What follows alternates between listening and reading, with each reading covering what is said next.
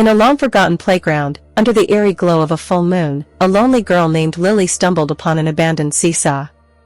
Its seats, worn and cracked, whispered tales of joy long past. As Lily approached, the ground beneath her feet gave way to a soft, unsettling squelch.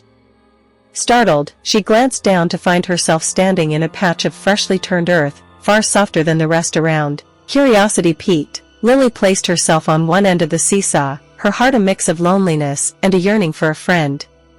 No sooner had she settled, the air turned cold, and the other end of the seesaw creaked downward as if taken by an invisible weight. Lily's eyes widened in silent horror, her breath forming misty plumes in the cold air. Then, from the shadows, emerged the figure of a pig, its eyes glowing an unnatural red, its form slightly translucent as if it belonged more to the other world than this one. The pig took its place on the opposite end of the seesaw, and as it did, the playground equipment began to move on its own, seesawing back and forth in a rhythm dictated by an unseen force. Lily, frozen in fear, could only watch as the pig stared intently at her, its eyes holding depths of sorrow and malice. The air filled with the sound of children's laughter, not of joy, but of mocking terror, swirling around her in a chilling symphony.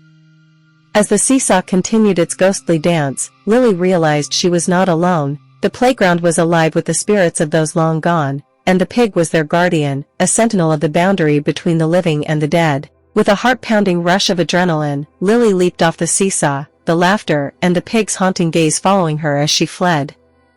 The playground, once a place of solitude, had revealed its true nature as a nexus of the unearthly, with the pig as its eerie custodian, forever swinging between the worlds of the living and the lost. Lily's feet pounded against the ground, her breath ragged as she darted through the maze of rusting playground equipment, the ghostly laughter and the red gaze of the pig haunting her every step. She dared not look back, for fear that the sight of the spectral pig on the seesaw would freeze her heart with terror, trapping her in this nightmare forever. The night seemed to stretch endlessly before her, each shadow a menacing figure, each whisper of wind a call from the other side. The playground, a place she once sought for solace in her loneliness, now morphed into a labyrinth of fear, its every corner hiding whispers of a world beyond. As she reached the edge of the playground, the ground beneath her suddenly gave way, not to the solidity of the earth she expected, but to a soft, yielding surface that grabbed at her feet like hands desperate to pull her down. With a gasp of terror, Lily realized the ground was littered with unmarked graves, the playground a resting place for souls unrest, and the pig, their keeper, ensuring none disturbed their slumber. With one final surge of desperation, Lily tore herself free from the grasping earth and stumbled out of the playground's boundary. The instant her foot crossed the line, the chilling atmosphere lifted, the ghostly laughter ceased, and the pig's red gaze faded into the shadows from which it came. Gasping for air, Lily looked back. The playground lay silent and deserted, bathed in the moon's uncaring light, a normal place, once more.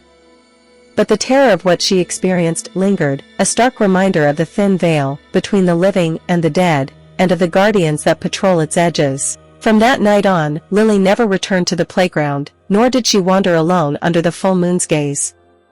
She knew now that some places hold secrets meant not for the living, and some companions, like the spectral pig on the seesaw, are best left to their lonely vigils.